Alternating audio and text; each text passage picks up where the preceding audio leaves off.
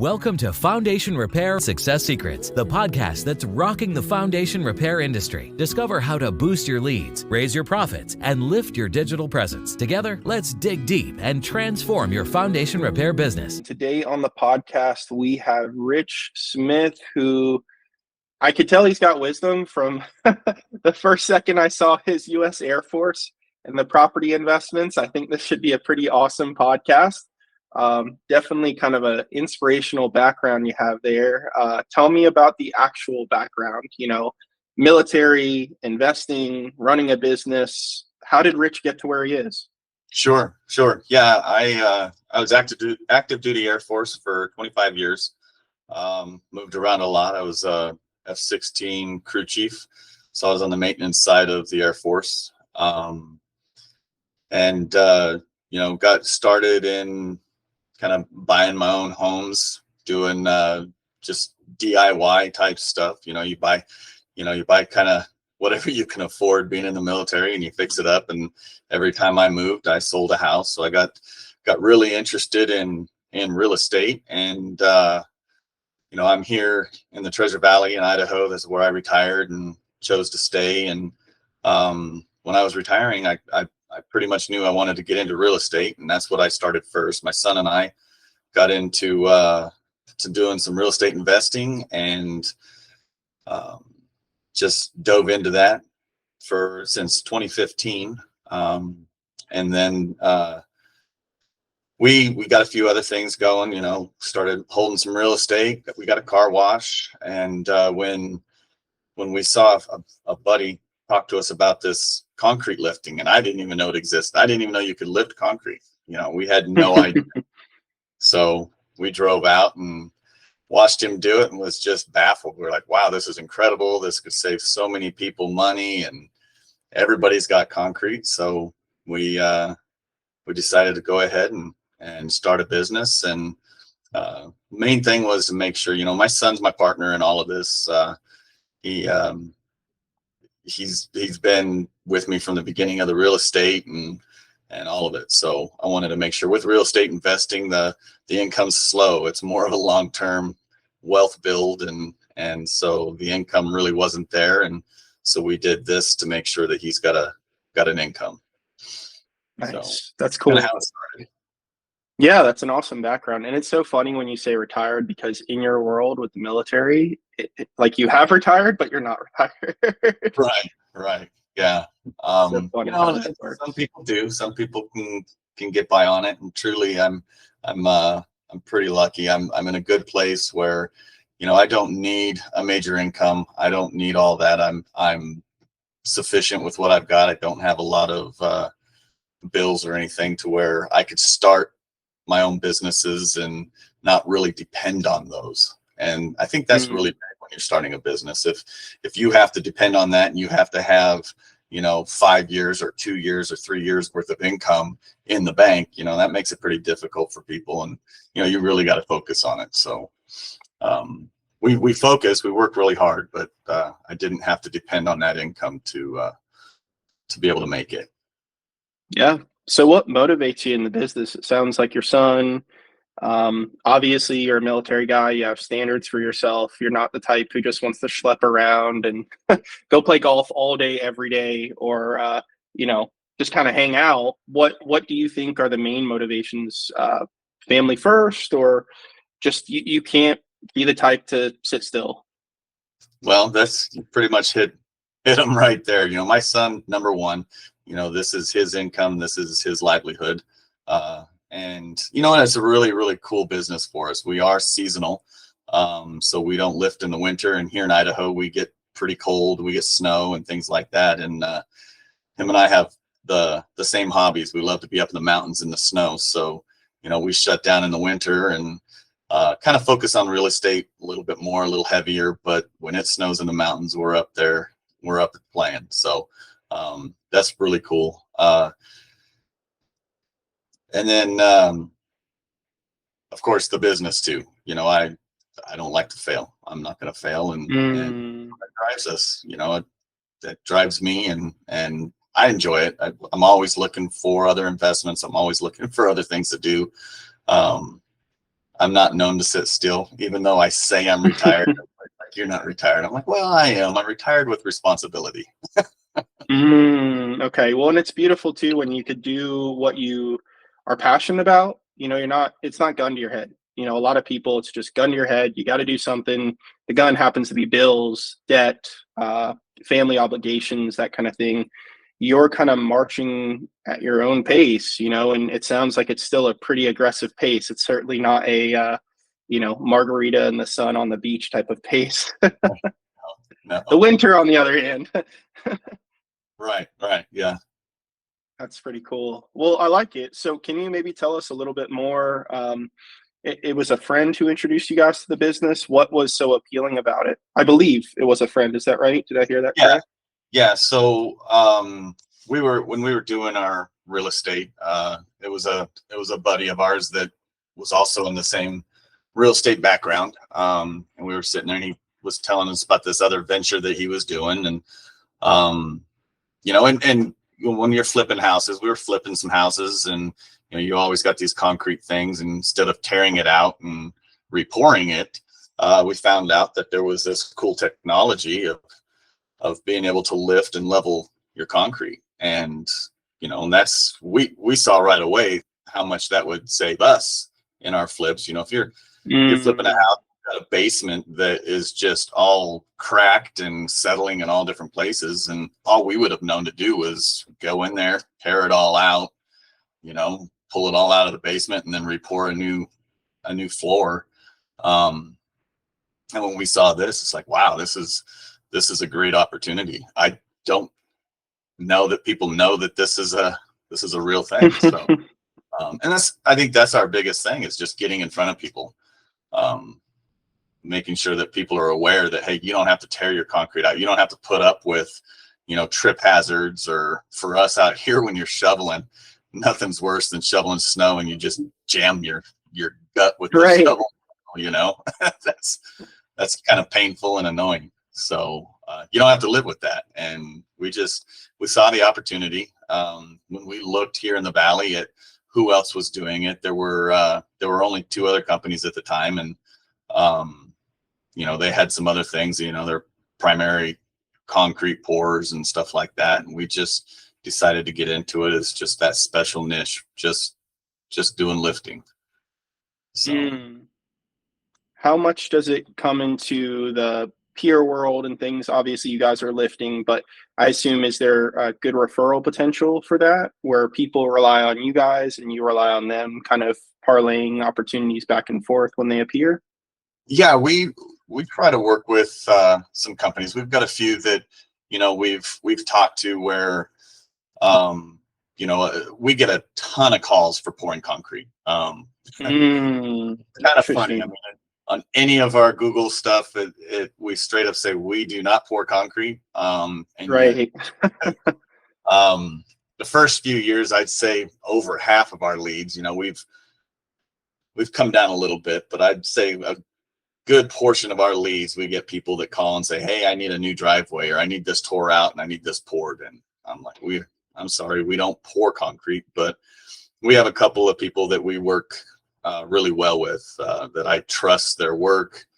And I just really trust what they do. So we'll refer them. And, by getting our name out there, we've got some people, same thing with, you get that spalling on the concrete surfaces and everything. And we stay specialty. We want to lift, we'll lift concrete. We do grind, and we'll take care of cracks and any kind of voids and things like that. But other than that, we're not trying to get into pouring concrete. We're not trying to do the tops and make it all new again.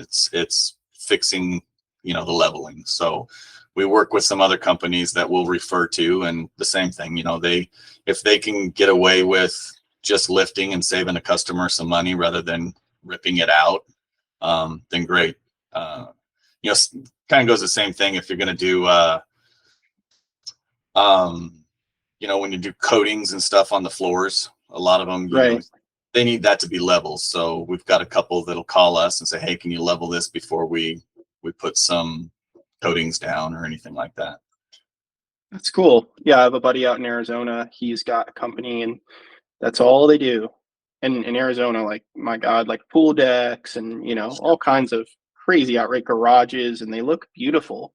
They're actually insane. It's like, you feel like you're in a millionaire's house, and it could just be a 2-car garage. And you're like, but that's beautiful. It's a Yeah. showroom. Yeah, and Cool. it really is. I mean, epoxy in a garage floor. In fact, we'll do that on a couple of our last flips. We epoxy the floor, and when you put that up for sale, somebody walks in there and it just shines. They're like, oh wow, look at this garage. And it's not. It's relatively cheap for what you get for it. So, but yeah, we work with those guys, and we'll make sure that the concrete slabs are level before they put epoxy down. Okay. Got it. Cool. So what about the snow? Does the snow make you guys more in demand because the weight and the distributions and the liquid and everything is in your market, the concrete lifting or stabilizing, is that more popular in your market due to the snow in the winters? Well, I'd say or is it less? Snow, we've got a couple of radio ads that kind of specify, hey, don't you hate shoveling and jamming your shovel into that? So I think ideally, one of the things that we talk to people about, they get really worried about their joints and cracks and, water getting underneath. And of course, water is a big reason why your concrete's going to settle. That water gets underneath the concrete, starts eroding the soil. That's a huge reason. That's one of the biggest ones. But most people, when it comes with snow on top of your concrete, you could be adding some weight. I don't think we leave our snow on the concrete long enough. Most people, on a back patio, they have a cover. On their driveway, they mostly shovel it right away. They get it off to the side. So, I don't think the snow really has that problem. We don't get a lot of rain here in Idaho either. So when it comes to water and stuff, we don't upsell sealing cracks or anything like that. We'll tell people, look, the sealant doesn't last forever. And a lot of people in some of these, if they want to pay to have it sealed, a lot of times after a couple of years, it just starts to kind of crack and not look as good as they want it. So we'll do it. We absolutely will. But I don't really think the snow has that big of an impact unless we have a customer that says, yeah, we don't even shovel this area, it just stays. Then right. Absolutely. If it's going to melt and just go right down into the cracks and into the seams, then absolutely, we'll go ahead and seal those and try to mitigate that problem. Okay. Now, with the distribution of the work, what would you say percentage-wise is sidewalks versus driveways versus, back patios, that kind of thing? Are there any sort of I know that it might be hard to kind of put that together, but maybe there's a top 3 list or top 4 list of what you guys are mainly spending time on versus least spending time on? Sure. Our number one is a walkway. Okay. Usually, I think our number one thing is walkway, and you can pretty much imagine that walkway between the driveway and your front stoop. That's probably our number one, and it's usually right there at the driveway. Okay. A lot of the houses have that little strip next to the garage area where they plant flowers or something and they water it, and a lot of people overwater. And that's why I say I don't think snow is as big as an effect as irrigation. If you're watering up along your foundation and everything and it doesn't have a place to go, it's going to go towards your concrete driveway or walkway. Most irrigation systems, you have your sprinklers right up against the walkways, and depending on how much you water, you get a lot of overwatering, and that water tends to seep underneath the concrete, and that's water and concrete don't mix. Well, they do. They cement, and then afterwards you shouldn't be putting water too close to it. Yeah, it's like a one-time application. After that, the many other applications after the first time, it's like, don't do it. Stay away. Yeah. That's cool. All right. Now, did you guys ever consider, I think, possibly at some time, probably not in the future, but did you guys ever consider doing, peers and things of that nature? I know you guys are specialists, kind of seem like you want to be focused on specialty, but has it ever like eased your head or said, maybe not? Yeah, it has. It has. It is definitely an ability that we're aware of. There's depending on how deep you go and things like that, it can be a different foam. In order to go through the tubes, there's some different equipment. When we first started, we just wanted to focus for a few years on this, and we've been doing. I think we're going into our 6th year. Figuring, let's learn it a little bit the first few years, and then we can expand. And honestly, we just didn't see the demand here for peers. I mean, we don't get me wrong, we have had some calls. We get a few calls here and there, but I don't think we felt that we had the demand that would really push us to spend the money on additional equipment, possibly another trailer or carrying a different type of foam. Foam's not good forever. So if you don't have the demand and your foam goes bad, that's a lot of money wasted on the material that you've got sitting there.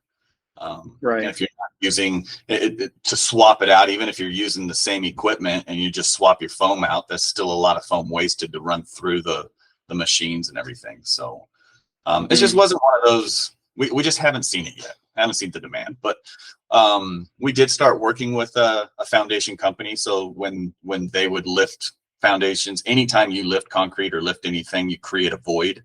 Right. And we would go in there. That was short-lived. We don't really do that with them anymore. Not to get really into it. It's just didn't quite agree with certain practices. Sure. So. Yeah. That's fair. Yeah, it's an interesting business. We primarily spend our time with foundation and, crawl spaces, encapsulation, basement drains, French drains, all kinds of stuff like that. And what you guys do, it sometimes is an offering, like poly and everything. It's something I'm very familiar with, but some companies just don't. They're mainly focused on doing piers. They're mainly focused on crawl spaces and encapsulations, that kind of thing. So that's cool. It's nice that you guys are open to, if a demand were created, it's a thought, but it sounds like, the next low-hanging fruit would be the concrete business. So funny that you guys get all those opportunities thrown at you. I've been working, one of my clients, we worked on their phone system because they just had calls coming in straight.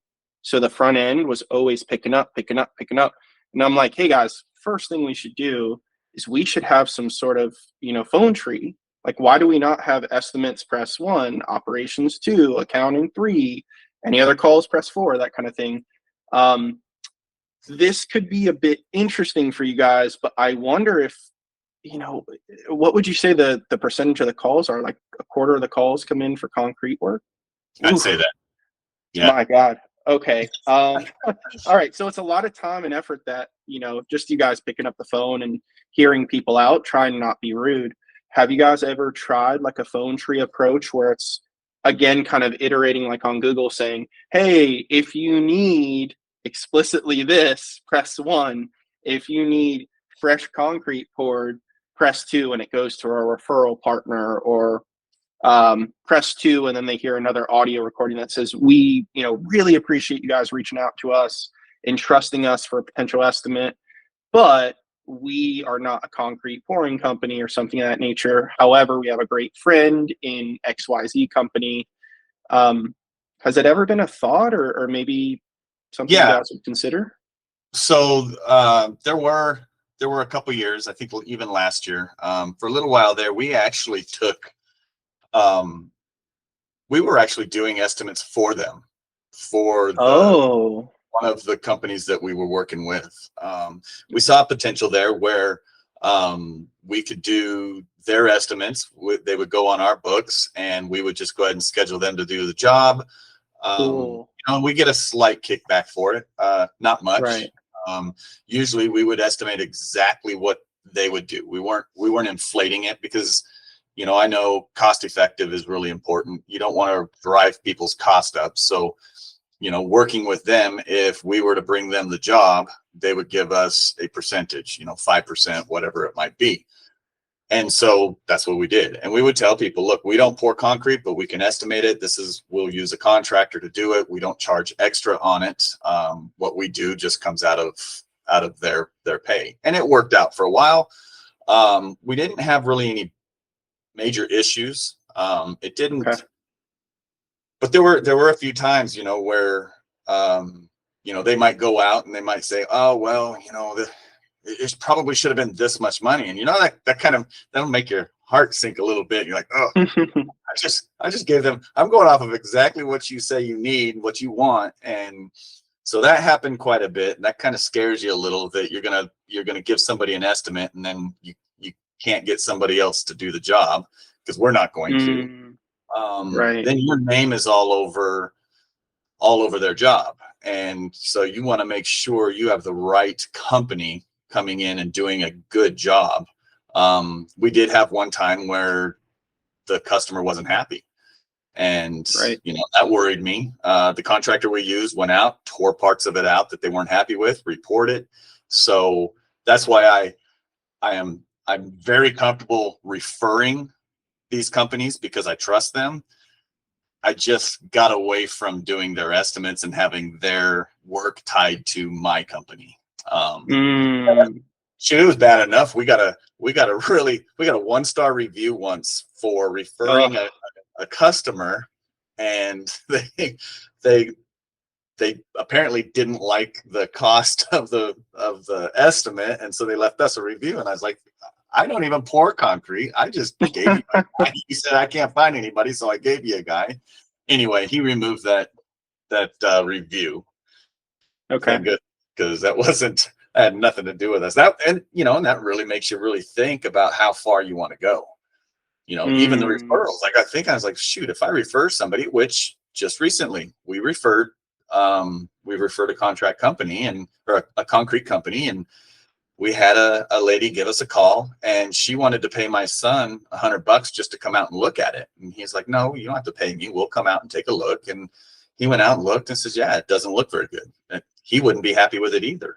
And that right there, that's somebody that came back to us, and all we did was gave them a name of a company that we worked with. And, that shines on you and could put a dim light on you too. So you got to be real careful about that. So we've slowed way down on that, just because it gets a little scary when you start tying your name, your whole business to somebody else's work. I get that. Yeah. Is there a good best practice maybe that you would share? It sounds like you did it where you guys would do the estimates. I think I could be hearing it wrong, but you guys would be the ones who got paid. You would keep 5%, something like that. The remainder would be invoiced from the other company to you. You would pay them that. You would keep the 5%, but you would get paid by the customer yourself. Okay, got it. So that was a way. Totally understand where it could be challenging, tricky. Has there, or would you recommend to other people who are listening, perhaps, that they could do it in the manner where it's just a referral bonus? Take stuff in, refer it out to a trusted partner, be very explicit that you're simply referring it. Maybe they have to be a trusted partner, get your 5% or 3% or something, but it's very much a handoff, and you and that business have a relationship where you're scratching their back, they're scratching yours by paying you, but you're not putting your name on it. You're just saying, hey, we recommend these people. We are not them. They are not us. This is just a recommendation. You go do your due diligence, but they're usually pretty good. Okay, so that would probably be your best practice recommendation. However, I give you a lot of credit for the estimate. That I've never actually, I don't think I've ever come across that. It's kind of just, contracting it out, but it's interesting the way that you guys did it. I could see how that could be challenging at times and kind of scary at times.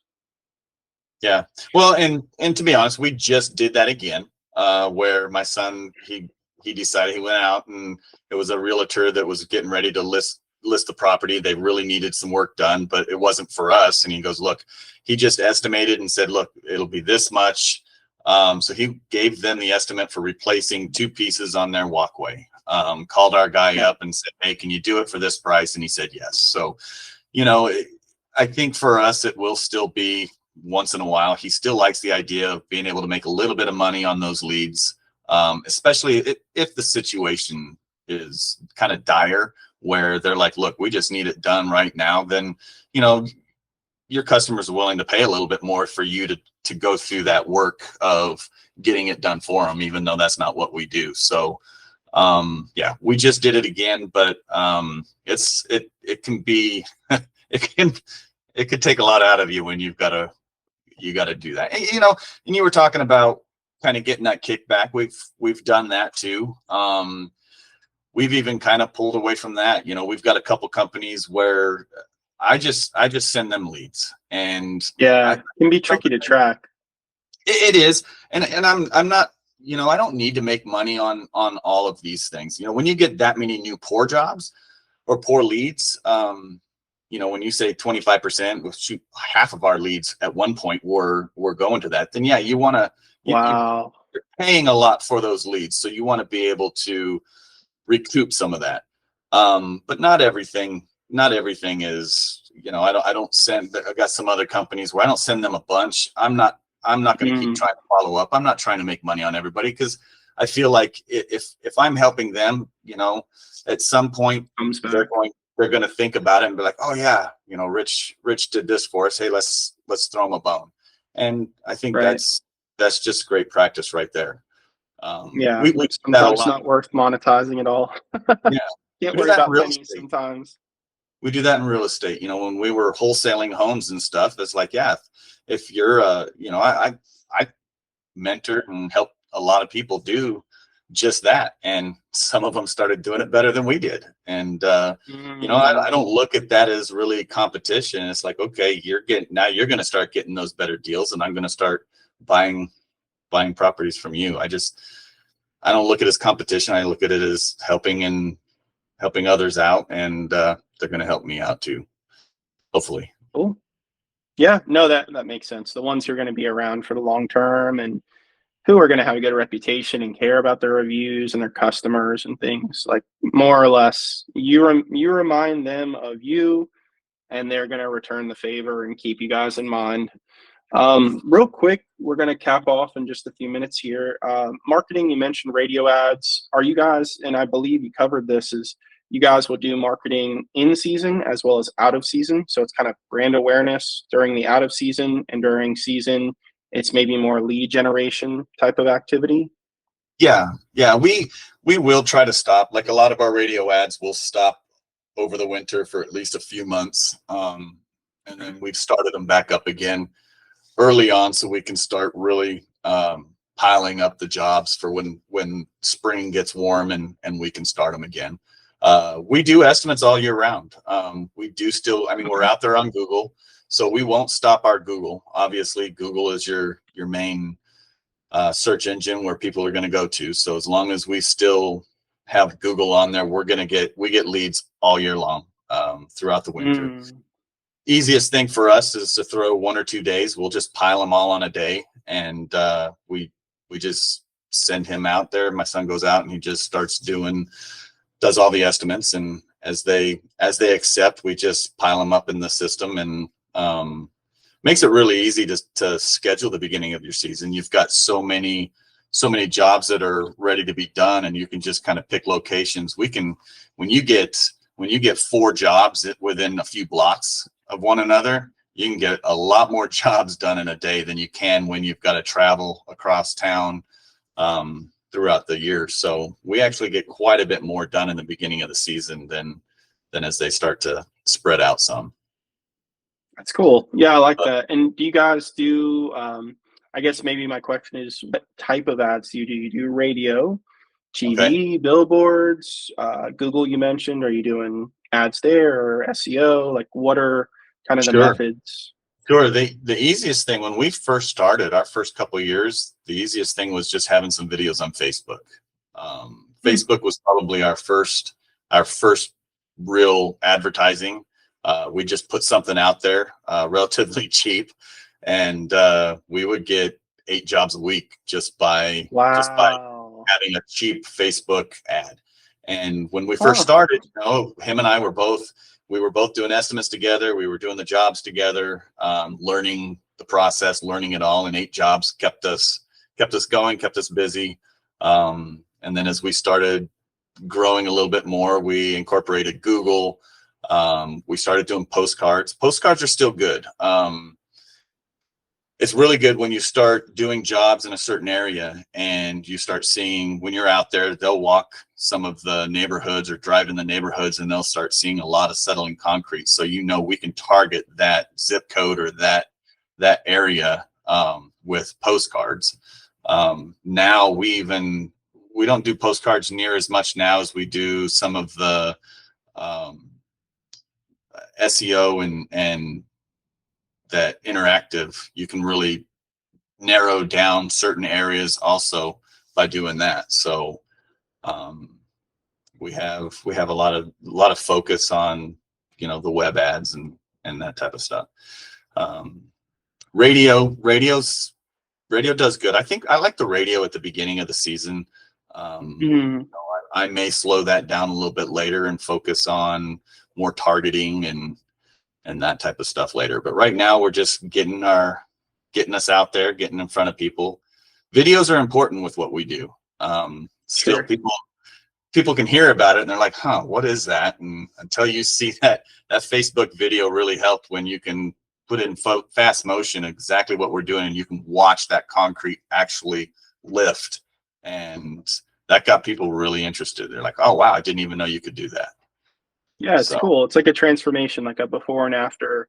Here's someone with some muscle and here's someone with a lot of muscle, and the time lapse of them like in the mirror for the next 6 months, and it's like, whoa, that supplement or that protein shake or workout routine must work wonders. You actually see that. That's cool. Okay. And any billboards, any TV, any No, we haven't done billboards and TVs. I did that for our real estate stuff. I haven't really got into it with that. We have trailer wraps. We'll wrap our trailers. My son will park it at his house. He kind of lives on a pretty busy street and people drive by and they see that.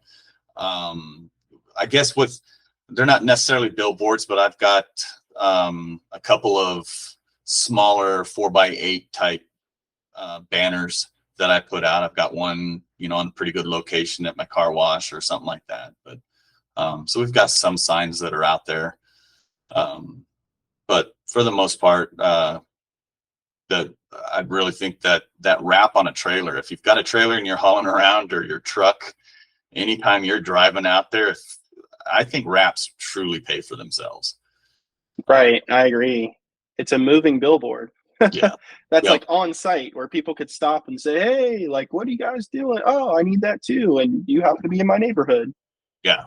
Yeah. And those are great. I mean, for a while when we first started, that was a big part of our business. Just being out there, so we would only schedule 1 or 2 jobs a day, because most of the time neighbors would come over and ask us, and we'd go right over there and say, hey, we can do it for this price. We're already here. And, that was a big part of the business when we were starting. That's awesome. Super, super cool. Well, yeah, as we wrap up, any kind of things you wish you knew about the business? Like in real estate, I've learned a ton. I have properties, a lot in the Southeast. I then run the marketing company, which is where the podcast comes from. What would you say are maybe 3 things that you wish you knew? We could go on and on and on real estate wise, but in this particular business, maybe 3 things that you wish you knew when you guys were first kind of digging in with your friend and learning about the business. What are some of those things that you now know and really kind of hold close? I'd say number one, the marketing was a little tougher than I thought. I'm not a marketing guy. All of this is new. My own businesses are new. So marketing was a little tough. This is one of those that if you're not in front of people, even though mud jacking has been around for about 40 years, maybe a little longer than 40 years. It's been around for a while. People don't know it exists.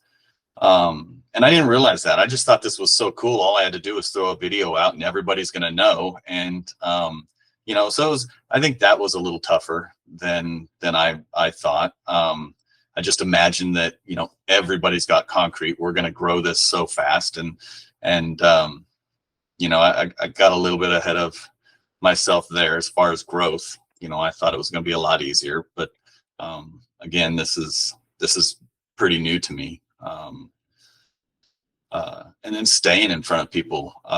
One of the things that I'm, as an investor and what I'm looking for now is I realize now I kind of want repeat customers. And this is one of those things that didn't really think about that. You go out to a customer, you do a really good job, and you hope you don't have to see them again.